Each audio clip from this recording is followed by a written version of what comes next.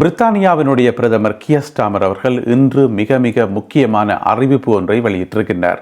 என்னென்னு சொன்னால், பிரித்தானியாவினுடைய விமானந்தாங்கி போர்க்கப்பல் இருக்குத்தானே, மிக பிரம்மாண்டமான விமானந்தாங்கி போர்க்கப்பல், அதனுடைய பேர் பிரின்ஸ் ஆஃப் வேல்ஸ். அந்த கப்பலை வட துருவம் நோக்கி அனுப்புவதற்கு பிரித்தானியா முடிவெடுத்திருக்கிறது என்று சொல்லி அவர் தன்னுடைய அறிவிப்பில் சொல்லியிருக்கார். எதற்காக இந்த பிரம்மாண்டமான விமானந்தாங்கி போர்க்கப்பல் வட துருவம் நோக்கி அனுப்பப்படுகிறது? அதோடு சேர்த்து இன்னும் சில கப்பல்களும் விமானங்களும் விமானப்படையினரும் அனுப்பப்படுகின்றார்கள்.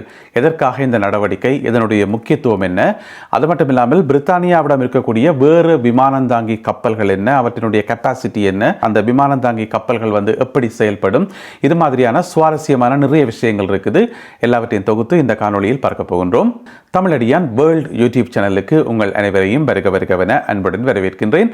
இதுபோல இந்த உலகத்தில் நம்மை சுற்றி நடக்கின்ற முக்கியமான நிகழ்வுகளின் தொகுப்புகளையும் ஆய்வுகளையும் தெரிந்து கொள்ள இந்த சேனலை சப்ஸ்கிரைப் பண்ணுங்கள்.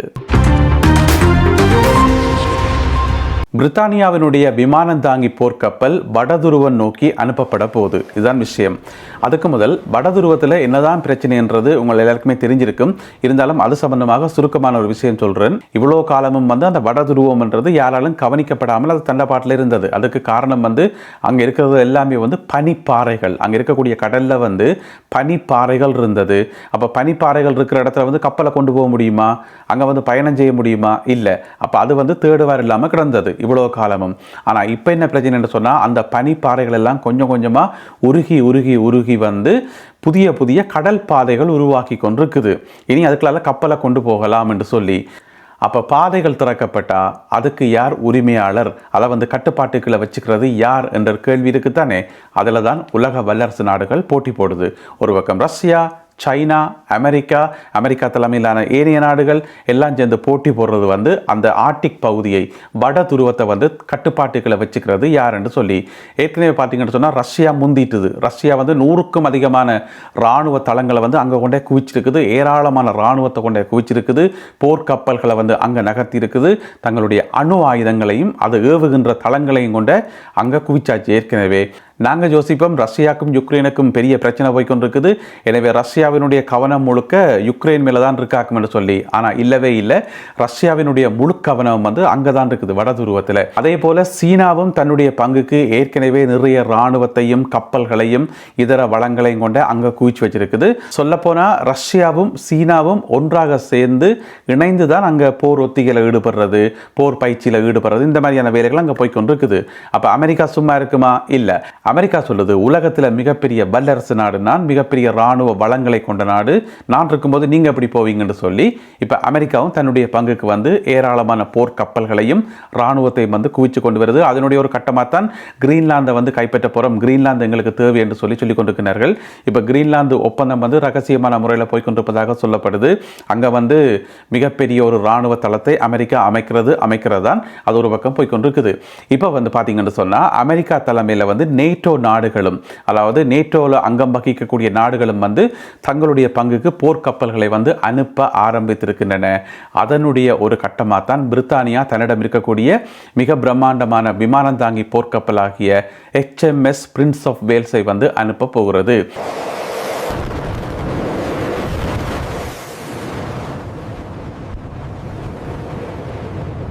இந்த விமானந்தாங்கி போர்க்கப்பலில் பிரித்தானியாவுக்கு சொந்தமான 40 போர் விமானங்களும் அனுப்பப்படும். அந்த 40 போர் விமானங்களையும் ஏற்றி கொண்டு தான் அந்த விமானந்தாங்கி கப்பல் போகும். அது மட்டும் இல்லாமல் கூடவே பக்கத்தில் ஒரு டீமாக தான் போகணும், தனியாக போகாது, ஒரு டீமாக. அந்த டீமில் வேறு என்னென்னலாம் இருக்குமென்று சொல்லி பார்த்தீங்கன்னு சொன்னால், ஒரு டிஸ்ட்ரோயர் என்று சொல்லப்படுற, அதாவது தாக்கி அளிக்கின்ற கப்பல், தாக்குதலில் ஈடுபடுகின்ற கப்பல் ஒன்று பக்கத்திலேயே போகும். அதுக்கு பக்கத்தில் ஒரு நீர்மூழ்கி கப்பல் ஒன்று கீழால் போய்கொண்டிருக்கும், அணுசக்தியில் இயங்கக்கூடிய நீர்மூழ்கி கப்பல்.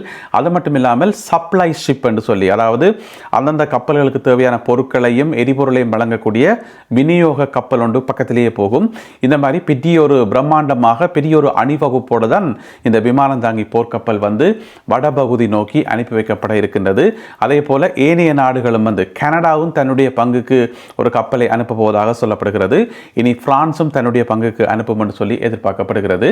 எனவே அமெரிக்கா தலைமையிலான நேட்டோ நாடுகள் ஒரு பக்கம் அணிவகுத்து கொண்டு போக அங்கால ரஷ்யா, சைனா மற்றும் அவர்களோட சேர்ந்த நாடுகள் இன்னொரு பக்கம் அணிவகுத்து நிற்க வடபகுதியில் என்னதான் நடக்க போகுது? ஒருவேளை அங்கே ஏதாவது மோதல் வந்துருமா, அல்லது தங்களுடைய இராணுவ வல்லமையை வந்து நிரூபிக்கிறதுக்காக இவ்வளவு கப்பல்களை கொண்டு போய் குவிக்கிறார்களா என்ற ஒரு கேள்வி இங்கே இருக்குது. எனவே என்ன நடக்க போகுதுன்றதை நாங்கள் பொறுத்திருந்தான் பார்க்கணும். இதுக்கிடையில் வந்து இந்த பிரித்தானியாவினுடைய விமானம் தாங்கி போர்க்கப்பலுக்கு தானே, அதை பற்றின சில இன்ட்ரெஸ்டிங்கான தகவல்கள் சொல்கிறேன். 2025 ஆண்டு பிரித்தானியாவினுடைய அந்த இராணுவ வலிமையை காட்டணுமென்றக்காக 8 மாதங்கள் இந்த உலகத்தை சுற்றி வந்திருக்குது இந்த பிரின்ஸ் ஆஃப் வேல்ஸ் கப்பல். அதாவது 2025 ஆண்டு ஏப்ரல் மாதத்திலிருந்து நவம்பர் மாதம் வரைக்கும் இந்த உலகத்தில் நிறைய நாடுகள் கிட்டத்தட்ட 40,000 கடல் மைல்கள் இருக்கு தானே, 40,000 கடல் மைல்கள் தூரம் உலகம் முழுக்க சுற்றி வந்திருக்குது. அதில் வந்து ஏராளமான நாடுகளுக்கு வந்து அதில் வச்சே பயிற்சிகள் வழங்கப்பட்டிருக்கிறது, போர் ஒத்திகைகள் நடந்திருக்குது, இந்த மாதிரி நிறைய விஷயங்கள். அதை செய்ததுக்கு காரணம் வந்து ஒரு தேவையும் இல்லை. இப்போ எதுக்கு உலகம் முழுக்க சுற்றி கொண்டு வரணும், ஒரு அவசியம் இல்லை. ஆனால் பிரித்தானியா வந்து இன்னமும் மிகப்பெரிய ஒரு இராணுவ வல்லரசு என்றதை காட்டுறதுக்காகத்தான் 8 மாதங்கள் இந்த கப்பல் வந்து உலகம் முழுக்க பயணம் செய்ததாக சொல்லப்படுது. பிறகு போன வருஷம் 2025 ஆண்டு நவம்பர் மாதம் இந்த கப்பல் வந்து பிரித்தானியாவுக்கு திரும்பி வந்தது. அப்போ இந்த கப்பல் வந்து பிரித்தானியாவில் எங்கே தரிச்சு நிற்கும், எந்த துறைமுகத்தில் வந்து நிறுத்தி வைக்கப்படும் என்று கேட்டிங்கன்னு சொன்னால் அதுக்குன்னு சொல்லி ஒரு இடம் ஒன்று இருக்குது. ஏன்னா பிட்டிய கப்பல் தானே, அப்போ அதை நிறுத்தி வைக்கிறதுக்கு பிட்டிய ஒரு இடம் ஒன்று தேவைப்படும். அதுக்கென்று ஒரு இடம் இருக்குது. அதாவது வந்து அதனுடைய ஹோம், அதனுடைய வீடு எதுன்னு கேட்டிங்கன்னு சொன்னால் போர்ட்ஸ்மத், அதாவது பிரித்தானியா இருக்கக்கூடிய மிக முக்கியமான ஒரு துறைமுக நகரம் போர்ட்ஸ்மத். அங்கே தான் இந்த கப்பல் வந்து நிறுத்தி வைக்கப்படுது. இன்றைய சூழ்நிலையில் இன்றைக்கு பிப்ரவரி மாதம் 14ஆம் தேதி, இன்றைக்கும் அந்த கப்பல் அங்கே தான் நிற்குது. மிக விரைவில் அங்கிருந்து புறப்பட்டு வடதுருவம் நோக்கி அனுப்பப்படும் என்று சொல்லப்படுகிறது. இந்த கப்பல் வந்து 2019 ஆண்டில் கட்டி முடிக்கப்பட்டது. 2019 ஆண்டில் சேவையில் இணைத்துக் கொள்ளப்பட்டது. 280 மீட்டர் நீளமானது இந்த விமானம் தாங்கி போர்க்கப்பல். இதில் வந்து 700 பேர் வேலை செய்யணுமாம். அந்த கப்பலை வந்து கூட்டி துரைச்சு அதை மெயின்டெனன்ஸ் பண்ணுறதுக்கு, அதை ஆப்ரேட் பண்ணுறதுக்குன்னு சொல்லி மொத்தமாக 700 பேர் வேலை செய்யணுமாம். அந்த 700 பேருக்குமே வருஷத்தில் 325 நாளும் வேலை இருக்கும், எப்போவுமே வேலை இருக்கும். ரொட்டேஷனில் வந்து வேலை செய்து கொண்டு நான் நினைக்கிறேன். அதை விட 1600 விமானப்படையினர், இராணுவத்தினர் வந்து இதை ஏற்றி கொண்டு போகுமாம். அந்த 700 விடவும் 1600 பேரை ஏற்றி கொண்டு போகும். 40 வரையான போர் விமானங்கள் இதில் தரிச்சு நிற்க முடியும் என்று சொல்லப்படுகிறது.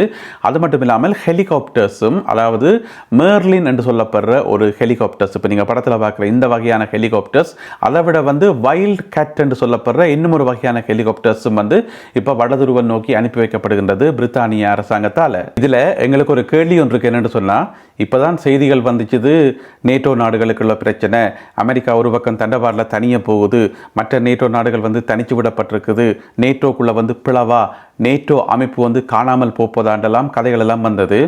ஆனால் அப்படித்தான் செய்திகள் வந்து சும்மா அப்படித்தான் பெறும். ஆனால் அங்கே ஒன்றுமே நடக்க போகிறதில்லை. ஒரு பிரச்சனை என்று வரையக்குள்ள வந்து எல்லா நேட்டோ நாடுகளும் சேர்ந்து தான் நிற்கும்.